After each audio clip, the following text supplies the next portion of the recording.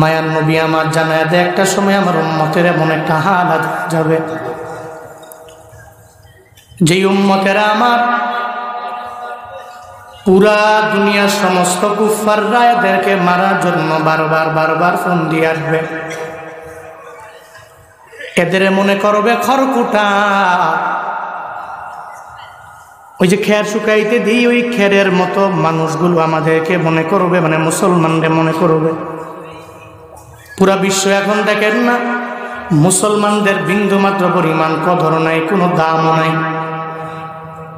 মুসলমানদের পাত্তা দেয় না। ফিলিস্তিনি মুসলমানেরা টানা কত বছর লাগে মায়ের খায়, কেউ এদের দিয়ে তাকায়ও না ঠিক মতন।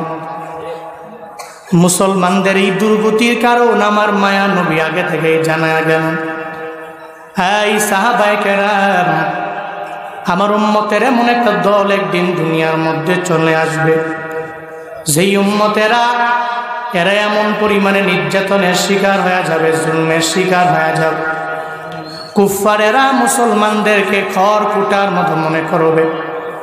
সাহাবায়ে কেরাম বলে, পয়গম্বর ওই সময়টা কোন সময়? নবী জানায়া দেন। নবী জানায়া দেন যখন আমার উম্মতের মধ্যে দুনিয়ার মোহ চলে আসবে, আখিরাতের চিন্তা থাকবে না, ওই সময় এরা লাঞ্ছিত হয়ে যাবে, ওই সময় এরা অনেক পরিমাণে অপমানিত হয়ে যাবে।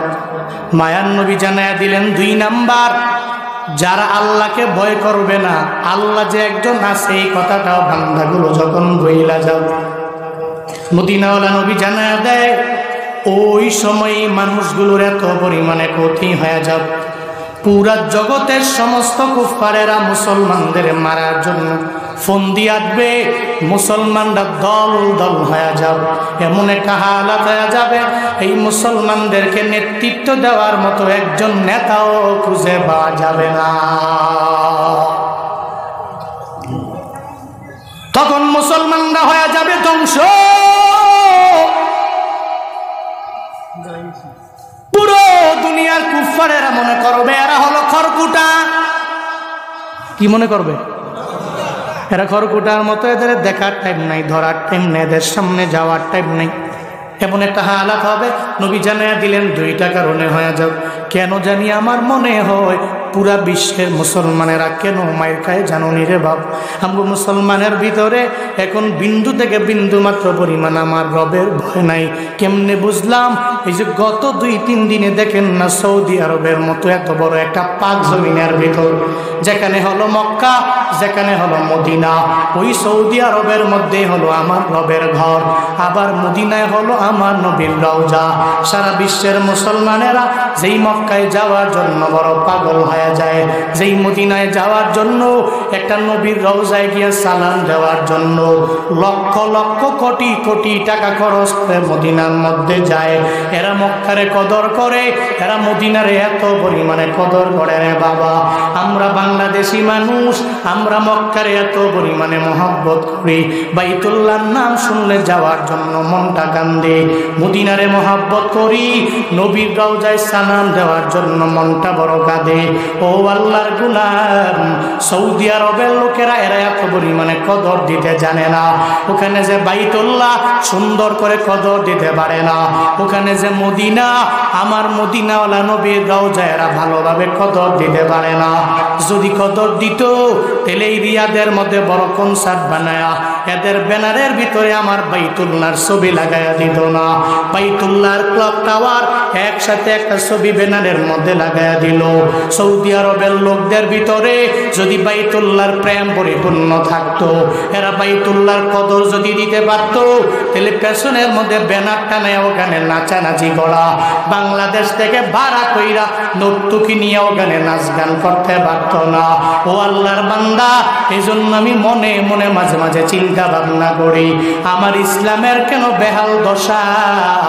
এদের ভিতরে বিন্দু মাত্র পরিমাণ রবের ভয় নাই।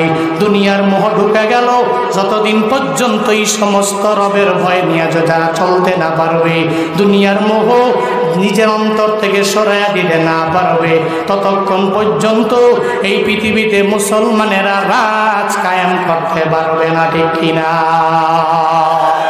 পৃথিবীর পুরো প্রান্তে প্রান্তে যদি যদি আমার কালেমার পতাকা উড়াইতে চাও তাহলে দুনিয়ার মোহ বাদ দেওয়া লাগবে, নিজের ভিতরে পরিপূর্ণ অন্তরের মধ্যে তাকওয়া ঢুকায়া নেওয়া লাগবে।